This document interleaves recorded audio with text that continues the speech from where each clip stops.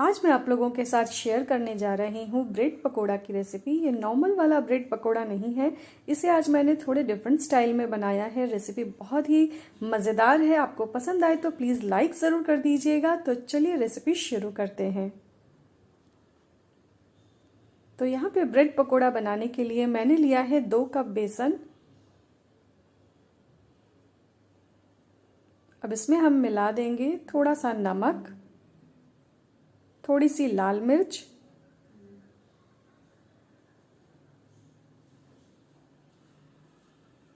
और मिलाएंगे इसमें हम खाने वाला सोडा, यानी कि ये बेकिंग सोडा लिया है मैंने। ध्यान रहे यहाँ पे हमें बेकिंग पाउडर नहीं, बेकिंग सोडा लेना है, जिससे हमारा ये बैटर बहुत ही फ्लफी बनेगा और इससे हमारे पकौड़े बहुत ही बाहर से क्रिस्प बनेंगे और अंदर से उतने ही सॉफ्ट बनेंगे और उसमें अच्छी जालियाँ पड़ेंगी।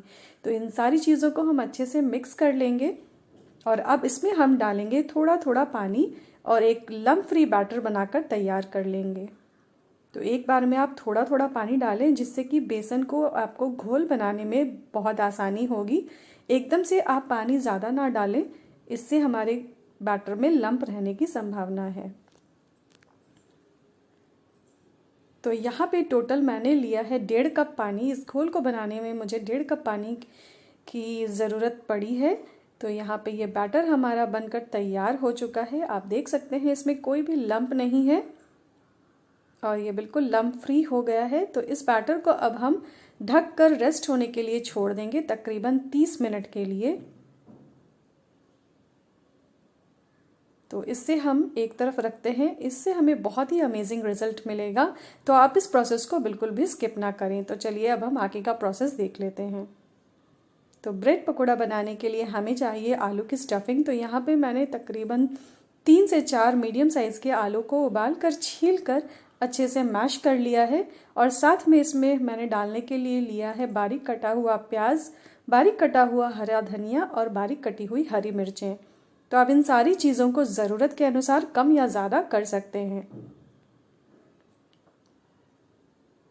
तो ये मैंने इसमें डाल दिया है प्याज, हरा धनिया और हरी मिर्च। और अब साथ में हम इसमें डालेंगे कुछ मसाले। तो सबसे पहले हम इसमें डाल देते हैं स्वाद के अनुसार नमक। तो यहाँ पे नमक आप थोड़ा ही डालें, क्योंकि हम इसमें काला नमक भी डालेंगे। तो आप अकॉर्डिंगली नमक का इस्तेमाल करें। और साथ में हम इसमें डाल देंगे लाल मिर्च, थोड़ा सा चाट मसाला और थोड़ा सा गरम मसाला। अब इन सारी चीज़ों को हम अच्छे से मिक्स कर लेते हैं।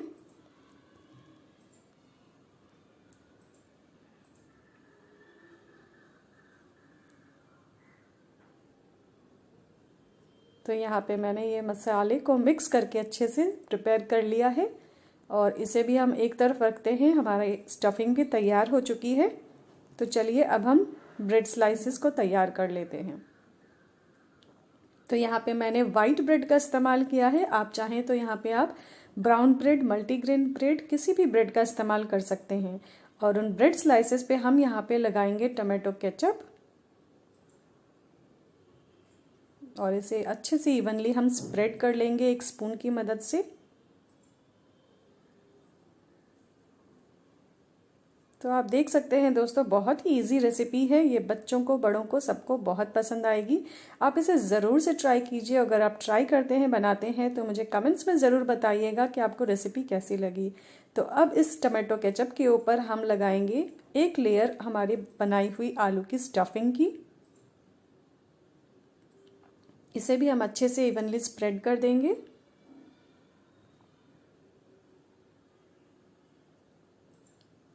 और ऊपर से मैंने यहाँ पे डाला है वड़ा पाव का मसाला। अगर आपके पास हो तो आप इसे यूज़ कर सकते हैं, ये बहुत ही अमेजिंग टेस्ट करेगा इसमें।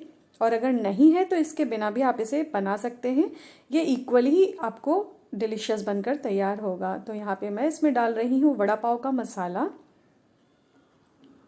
और ऊपर से मैं इसमें रखूँगी एक चीज़ स्लाइस। और अब हम इसको दूसरी ब्रेड की स्लाइस से कवर करके और थोड़ा सा प्रेस कर देंगे, ताकि सारी चीज़ें आपस में एक दूसरे से स्टिक हो जाएं।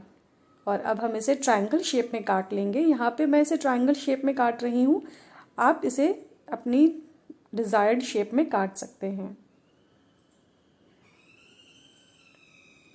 तो ये हमारी स्टफिंग बनकर तैयार हो चुकी है सैंडविच की। तो चलिए अब हम इसे फ्राइंग के प्रोसेस में चलते हैं। इसी तरीके से हम दूसरी ब्रेड स्लाइस भी बनाकर तैयार कर लेंगे। तो चलिए अब एक बार हम अपना बैटर भी चेक कर लेते हैं। तो बैटर को यहाँ पे 30 मिनट्स हो चुके हैं। इसे हम एक बार अच्छे से मिक्स कर लेंगे। तो आप देख सकते हैं ऑलरेडी बैटर थोड़ा सा थिक हो चुका है और थोड़ा सा फ्लफी भी हो चुका है। तो अगर आप इस तरीके से अगर ब्रेड पकोड़ा बनाते हैं तो आपकी ब्रेड पकोड़ा बहुत ही अच्छे बनकर तैयार होंगे। इनमें बहुत अच्छी जालियाँ बनेगी बेसन में। अब हम बनाए हुए सैंडविच को इसमें डिप करेंगे। तो एक एक ट्रायंगल लेते जाएं और इसमें अच्छे से बेसन को कोट कर लें। और दूसरी तरफ मैंने तेल भी कढ़ाई पे चढ़ा दिया था जो कि गर्म हो चुका है। तो हमें तेल इसके लिए बहुत ज़्यादा गर्म नहीं चाहिए और ना बहुत ज़्यादा ठंडा चाहिए। तो मैंने अब इसे तेल में डाल दिया है और हमें इसे मीडियम फ्लेम पर ही कुक करना है जब तक कि ये अच्छे से सिक जाए और ब्राउन हो जाए।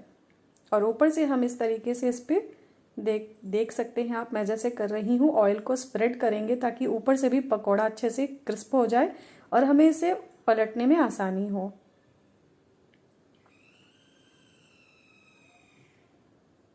तो आप देख सकते हैं ये एक तरफ से थोड़ा सा सिक चुका है। तो अब हम इसे गोल्डन ब्राउन होने तक सेक लेंगे। और ये देखिए ये अच्छे से हमारा पकौड़ा बनकर तैयार हो चुका है। ये ब्राउन और क्रिस्प हो चुका है। तो अब हम इसे निकाल लेते हैं और इसी तरीके से हम बाकी के ब्रेड पकौड़ास बनाकर तैयार कर लेंगे।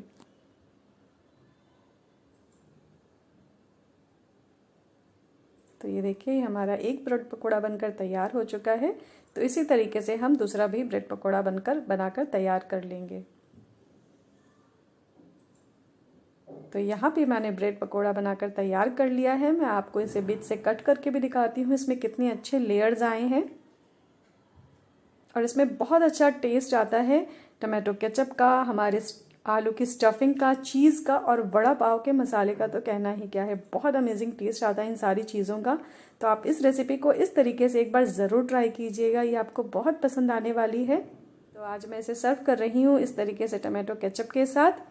आप इसे किस चीज़ के साथ सर्व करना पसंद करेंगे मुझे कमेंट सेक्शन में ज़रूर बताइए। आज हम बनाएंगे पोटैटो नगेट्स जो कि बहुत ही इजी स्नैक और एपेटाइज़र है। तो चलिए झटपट से इसकी रेसिपी शुरू कर लेते हैं।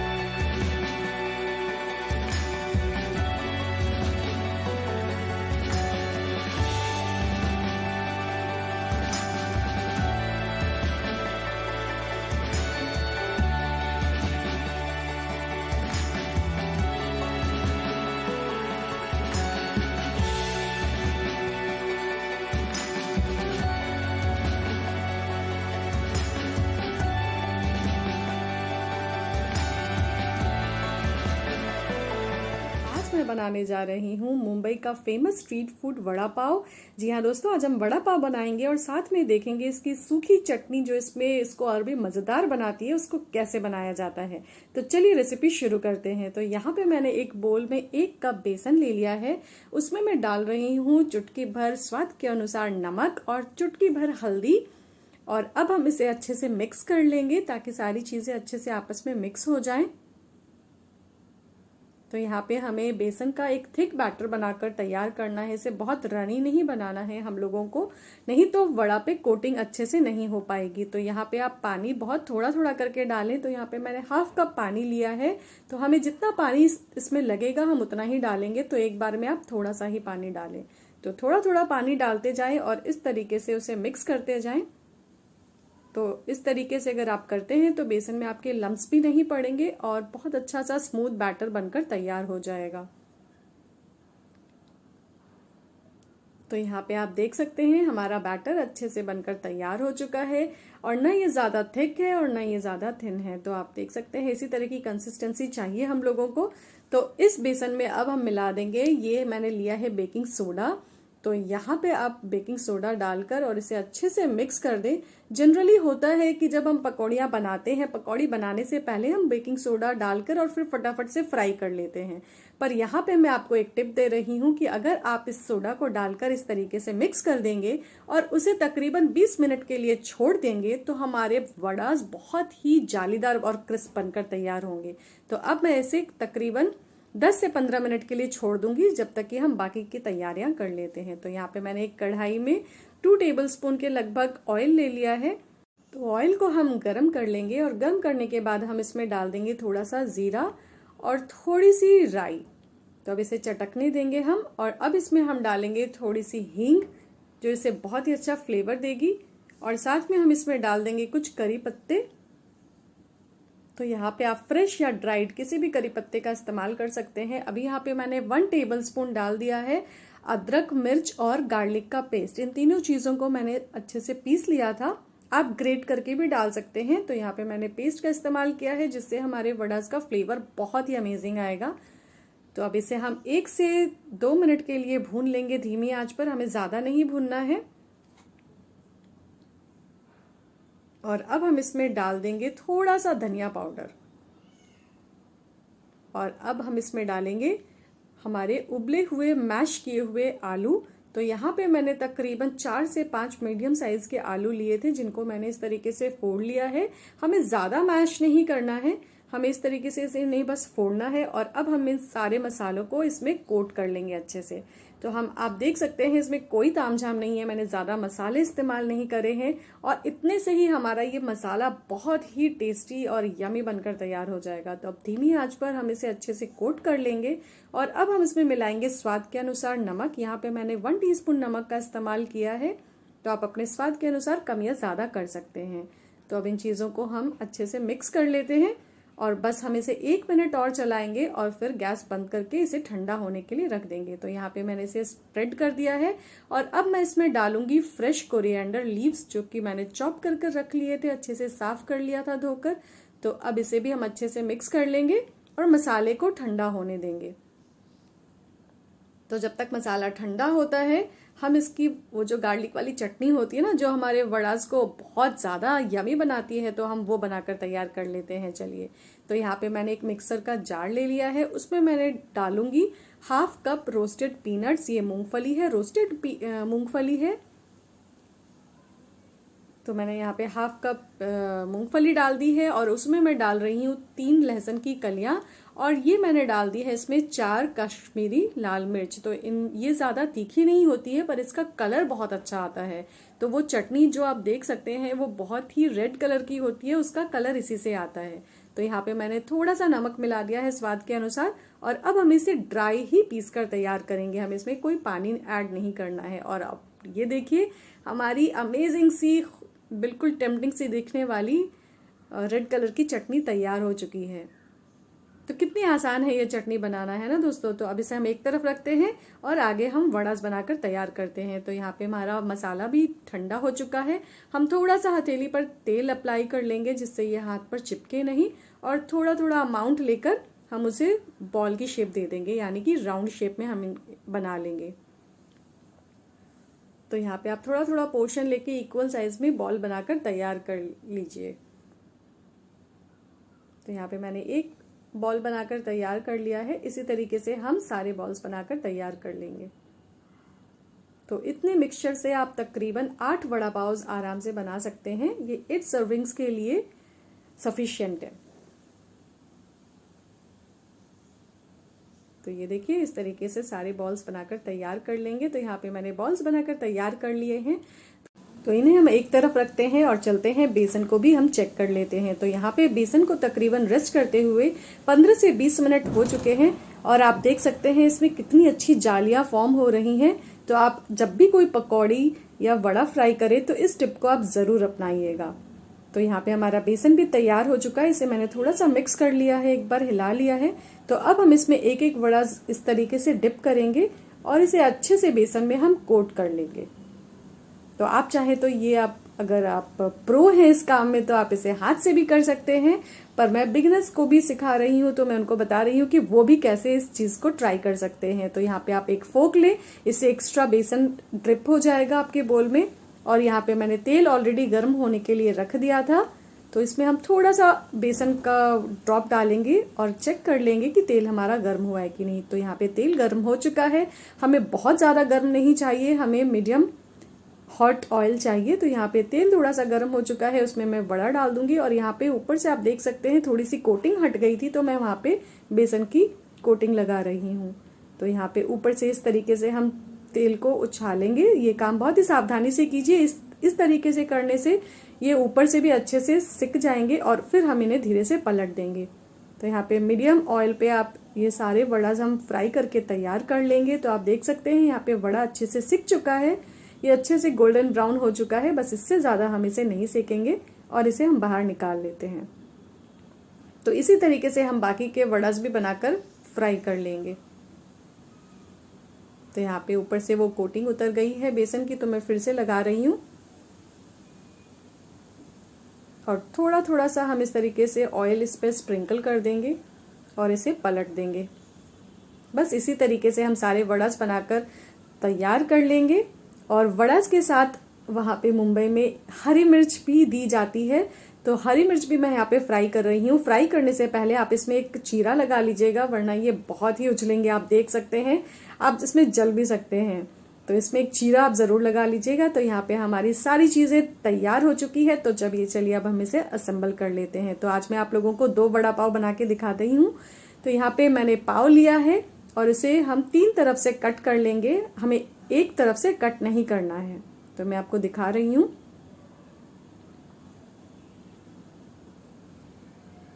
तो ये देखिए, ये मैंने 3 तरफ से कट कर लिया है पाव और इस तरीके से हम इसमें एक कैविटी बना लेंगे। और अब इसमें हम रखेंगे हमारी सूखी चटनी जो हमने बनाकर तैयार की हुई है। तो उसे अच्छे से आप इस पे स्प्रेड कर दीजिए, या आप कम या ज्यादा अपनी टेस्ट के अकॉर्डिंग कर सकते हैं। अब हम इस पे रखेंगे वड़ा और हमारी फ्राई की हुई हरी मिर्च। बस लीजिए, हमारा वड़ा पाव तैयार हो चुका है। बहुत ही अमेजिंग और इजी रेसिपी है दोस्तों, ये आप लोगों को बहुत पसंद आएगी। इसे जरूर ट्राई कीजिएगा। और अगर पसंद आए, आप बनाते हैं तो इसे लाइक शेयर जरूर कर दीजिएगा। और चैनल पर नए हैं तो do consider to subscribe it. तो यहाँ पे हम लेंगे चना दाल। आप देख सकते हैं ये आधी कप चना दाल ली है मैंने। और इसमें हम मिलाएंगे आधी कप धुली हुई मूंग दाल। तो इन दोनों को मैंने मिला दिया है। अब हम थोड़ा पानी लेकर इसे अच्छे से रगड़ रगड़ कर धो लेंगे। तो ऐसा हमें 3 से 4 बार करना है, जब तक कि इसमें गंदा पानी निकलना बंद ना हो जाए। तब तक हम इसे अच्छे से इस तरीके से हाथों से मसलते हुए धो लेंगे।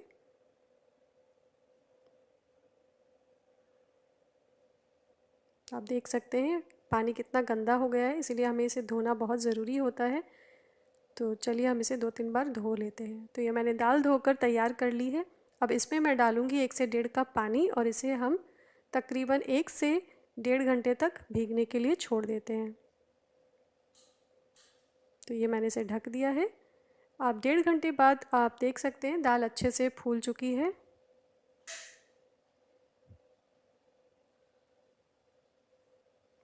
तो यहाँ पे हम एक मिक्सर जार लेंगे और उसमें ये दाल डाल लेंगे।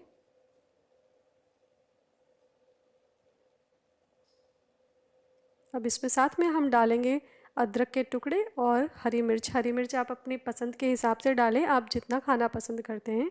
तो हम इसमें कोई पानी का इस्तेमाल नहीं करना है और इसे इस तरीके से आप देख सकते हैं दरदरा पीसना है।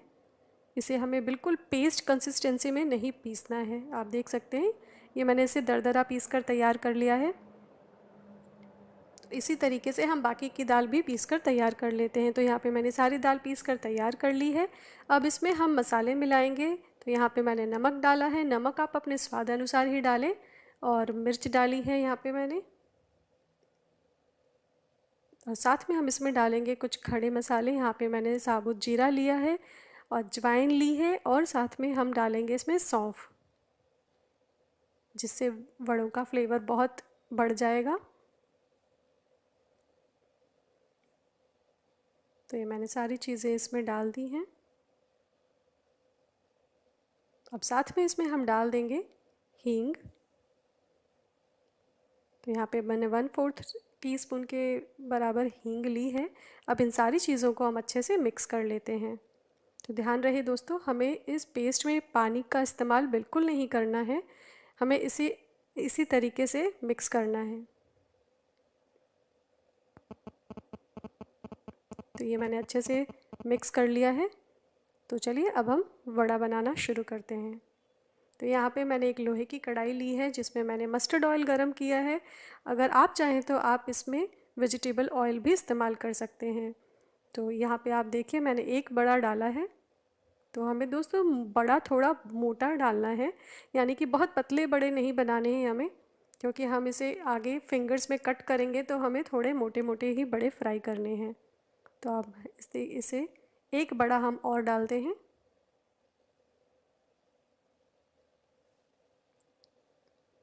तो आप देखिए इस तरीके से हमें बड़ा डालना है। अब इसे हम हर तरफ से अच्छे से सेक लेंगे। इस वक्त आंच हमारी बिल्कुल धीमी होनी चाहिए। अगर हम तेज़ आंच पर बड़ा फ्राई करेंगे तो ये ऊपर से गोल्डन हो जाएंगे और अंदर से कच्चे ही रह जाएंगे। तो यहाँ पे बड़े फ्राई हो चुके हैं, तो मैंने निकाल लेती हूँ, और इसी तरीके से हम बाकी के सारे बड़े भी फ्राई कर कर तैयार कर लेंगे। तो ये मैंने सारे बड़े बनाकर तैयार कर लिए हैं। अब आप देखिए हमें इस तरीके से इन्हें फिंगर्स के शेप में कट करना है। तो यहाँ पे मैंने एक बड़ा लिया है। तो एक बड़े के हम 3 फिंगर्स बनाएंगे।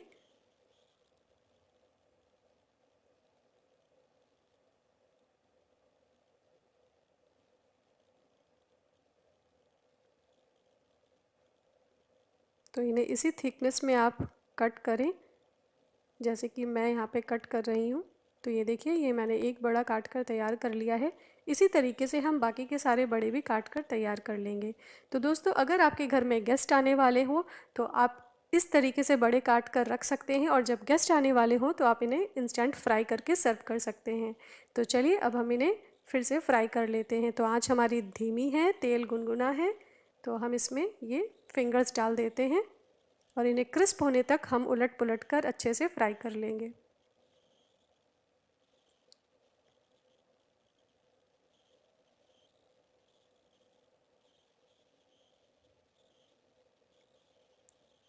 तो देख सकते हैं आप ये अच्छे से गोल्डन ब्राउन हो चुके हैं, बहुत अच्छे से क्रिस्पी हो चुके हैं। तो हम इन्हें निकाल लेते हैं एक टिश्यू पेपर पर। तो आप चाहें तो इन्हें आप केचप के साथ सर्व कर सकते हैं, या आप इसे हरी चटनी के साथ भी सर्व कर सकते हैं। तो दोस्तों कैसी लगी मेरी आज की रेसिपी? आप लोगों को पसंद आई ना? अगर पसंद आई है तो प्लीज़ इसे एक लाइक ज़रूर करें और वीडियो को ज़्यादा से ज़्यादा शेयर करें। तो चलिए मैं मिलती हूँ अगले वीडियो में एक नई रेसिपी के साथ। धन्यवाद।